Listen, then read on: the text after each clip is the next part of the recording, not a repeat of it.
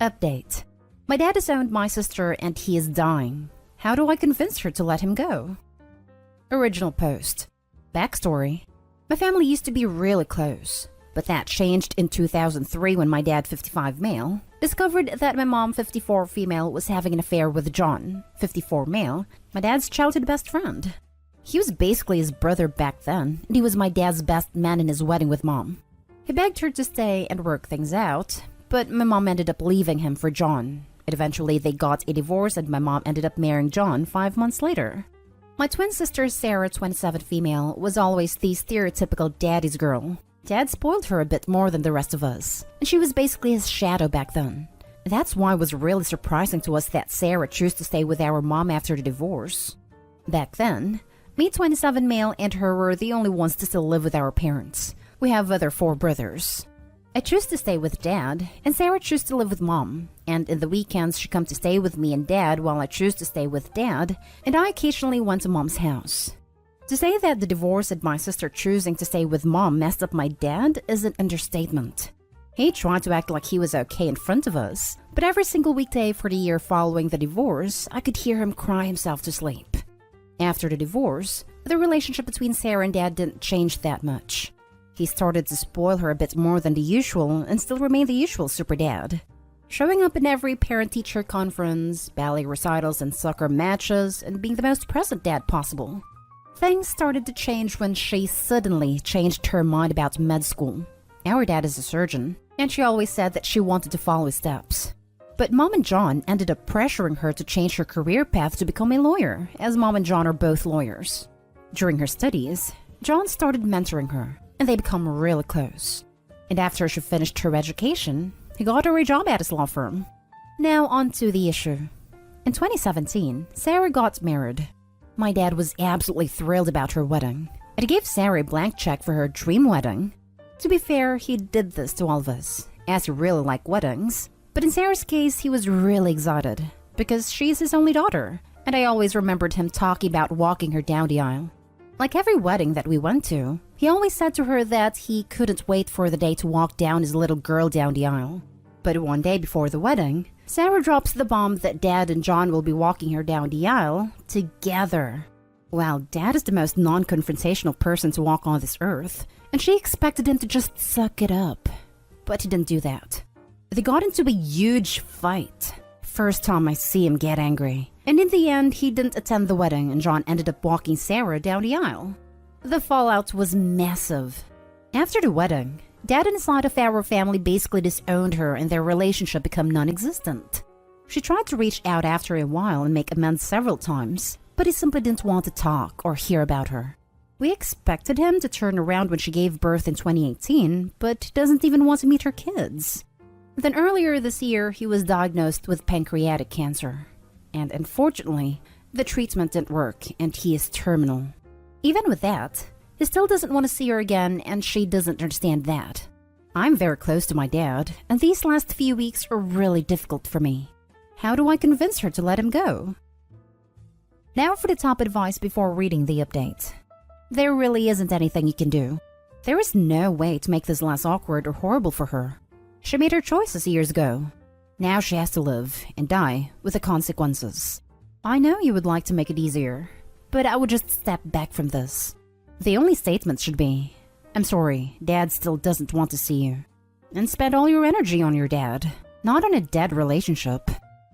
I would say that by her choosing the man who took his wife and life away to walk her down the aisle, that she was the one who chose to disown her father. She needs to live with the consequences. Absolutely. To wait a day before the wedding to drop that bomb? She knew it wasn't going to go over well. Terrible situation all around. Are people glossing over the fact that the daughter took her dad's money for a dream wedding, and after it was spent, then she tells him, oh, by the way, that dream of you walking me down the aisle? You need to share that dream with the guy that stole your wife and split up your family. That was an absolute scumbag move. It's what I was thinking. The dad was a walking bank account to her, and she never considered all the efforts he did for her. Yes, it's okay to change plans and decide different careers, but he spoiled her, loved her unconditionally, followed her with admiration and care, and she brings a blow like this upon the father who lost everything. She took him for granted. Daddy, thanks for paying for my dream wedding. I need to tell you one thing. I want you to walk me down the aisle with the guy that screwed mommy behind your back and then stole her away. Do you remember him? Your former best friend turned most hated enemy? Yeah, I want to give that man equal honor as father of the bride. I don't understand why you're upset, Daddy. All of this. Any idiot would know that this would cause a problem. And she had to be a cruel, spineless person to spring this on her dad on the day of the wedding rehearsal. And now for the update. A week after I posted the original post, my dad started getting worse. His health started declining really fast, and we lost him exactly 1 month ago. It wasn't pretty. I never thought it would be, but I never thought it would be that heartbreaking. He was in a lot of pain. He's been through so much in these last months. As heartbreaking as it was to us, he deserved to rest. He was tired. In the end, he was lucid enough to say his goodbyes to me and my older brothers. Hearing him saying what he said to me was one of the most painful and beautiful moments of my life. His words to me meant a lot. I won't say exactly what he said because I believe it's just too personal. He said goodbye to my daughters, 11 months old and 2 years old. It was just like when I was a kid. He gave them a kiss on the forehead, told them to be good girls, and said that he loved them. It was something I won't ever forget, and it hurts like hell that they are so young to understand what happened. They still ask about Grandpa, and every time I try to explain to them that he isn't coming back, they don't seem to understand that. And how can I blame them? I'm only 27 years old. I honestly don't get it. I was supposed to get a lot more years with my dad. It doesn't seem fair at all. But the worst part was my twin sister, Sarah. Dad died without speaking to her. I tried to talk to him about her, but he wasn't interested in speaking with her. She started getting more desperate, and suddenly he died. It was expected, but she was in denial. His funeral was beautiful. A lot of people shared their stories about him. It was nice. Sarah saw Dad for the first time since the night before her wedding, and she didn't recognize him. He was very skinny. Dad was always a bit overweight, the famous dad bod, but he had lost a lot of weight from cancer. She cried a lot during the whole funeral. Mom and John tried to show up at the ceremony, and my uncles were forced to kick them out of the funeral. Good freaking riddance. Dad's will went as expected as it could. Dad's family came from old money, petrochemicals, so he always had a lot of money. He left a little bit of money and properties divided equally to all his kids, including Sarah. He left a trust fund which was a lot of money for all his grandkids, including Sarah's kids, which he never met. It was honestly expected. My dad never really cared about money that much. He just wanted us to be comfortable and ensure that his grandkids all had something to support them. The tricky part was the personal things. He left a really big letter to all of us, except Sarah. It was really personal stuff. In my letter, he spoke to me about our story, about my childhood. It was really nice. I must have read the letter like 100 times, and I cried every single time. One of Dad's favorite hobbies was photography. He was quite an enthusiast, and the subject of his photos was pretty much our family, when he and Mom were together. Later, it turned out to be just me and my siblings. As a result of this, we had a lot of pictures from us growing up. He gave each of us a photo album, and behind each photo, he wrote something, where it was taken in a few words. I was honestly very surprised with this. He must have done this long before he died. It was a very thoughtful goodbye gift, something that was very typical of Dad. Sarah didn't get any letter, and her album didn't have anything wrote behind her photos, and when she found out about this, she had a mental breakdown. The regret was eating her alive. Still is. She was admitted to a hospital and spent an entire week there.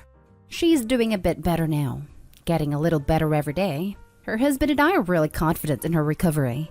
She's sleeping and eating almost normally now. She still starts to cry randomly multiple times on a daily basis, but it's getting better. At least that's what I'm telling to myself. Which brings us to last week.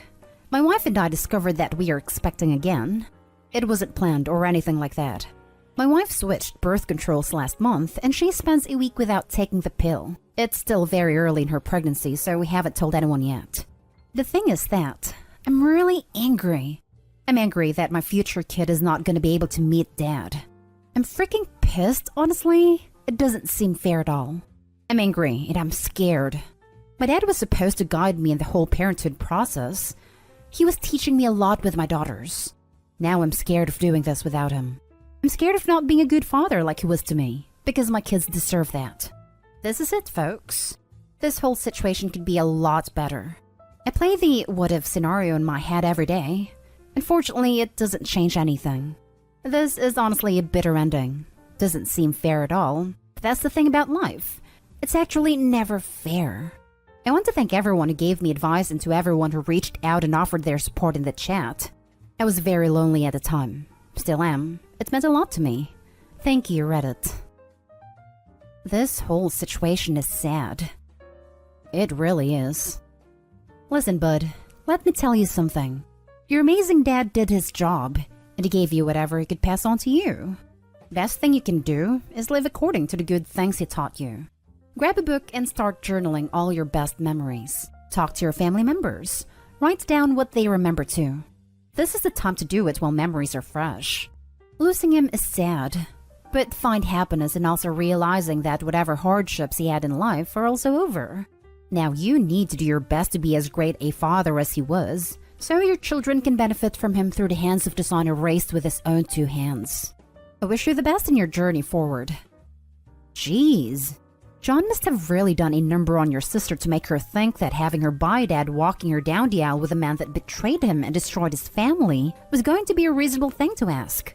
Lots of women have their stepdads and their bi-dads walk them down the aisle together, but not when there was cheating involved. Did she know about the cheating? It just seems like a completely tone-deaf request. Dad probably felt used by daughter. Like one more time he was set aside because of John. On a wedding that he paid for. He must have been so heartbroken and pissed. How cold-hearted was she, man? I cannot imagine the pain he went through. Wow. The sheer arrogance it took for your mom and stepdad to show up at your dad's funeral is hard to fathom. What did they think was going to happen? Oh, hey everyone. Everybody knows we betrayed and caused more pain to this man than even his cancer. But hey, we wanted to be here and give our condolences to our former husband and best friend. I'm sorry your twin sister didn't get to make amends with her dad, but what was she thinking when she wanted the man who caused the destruction of her parents' marriage to walk her down the aisle with her dad? Choices have consequences, and she's dealing with them now. What is your sister's relationship like with you and your brothers? Or the rest of the family? We are all very close. I am particularly close with her because, well, we are twins. Shared a womb and stuff, but our older brothers love her and she loves them as well. She was always a bit spoiled by them, the privilege of being the only girl in the family. Now, for the last story, my entire family disowned me because I cheated on my girlfriend. Now my sister wants to reconcile on her wedding day, but I declined because they are dead to me. Basically what the title says. I cheated on my girlfriend. I did not cheat on her.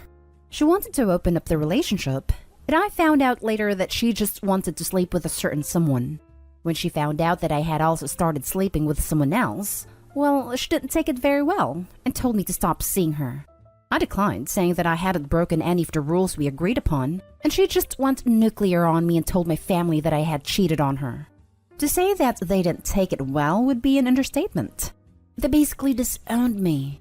My dad had been cheated on twice before he met my mom, and my mom's ex-husband left her and their kid, my half-sister, for a woman half his age. And in addition, my younger sister met one of those stereotypical jocks that treated her like crap and constantly cheated on her. So yeah, my entire family, parent, sister, and half-sister just loathed cheaters. My ex, who my entire family loved like one of their own, told them that I was cheating on her. It also told them the type of acts we were having, and they just disowned me. I tried talking with them for 3 to 4 months to have them hear out my side of the story, but they refused to even see me, much less talk with me. The final straw was when I went to my parents' house on my birthday while it was raining at 11 in the night, begging them to talk to me, but they ended up calling the police on me. My friends also treated me the same. It's been about 2.5 years now, and I've been doing okay.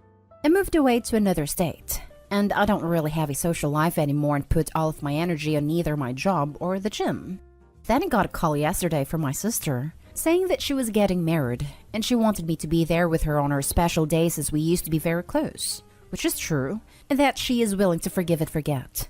I asked her to expand on that, and she told me that she is willing to forgive me for cheating on someone and isn't willing to forget that I was a horrible human being for doing so.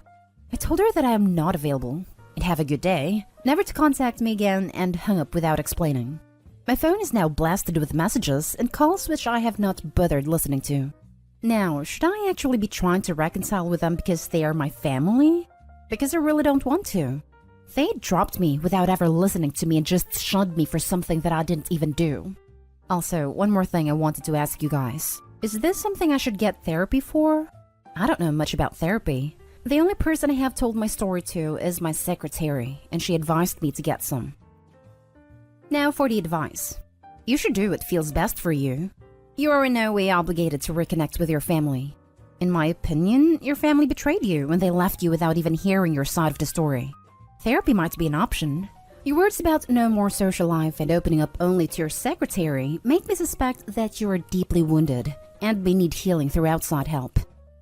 It did hurt, and still does to this day, but the way my father described therapy, that it was only for people who had gone through severe mistreatment only. I was supposed to just get over everything else.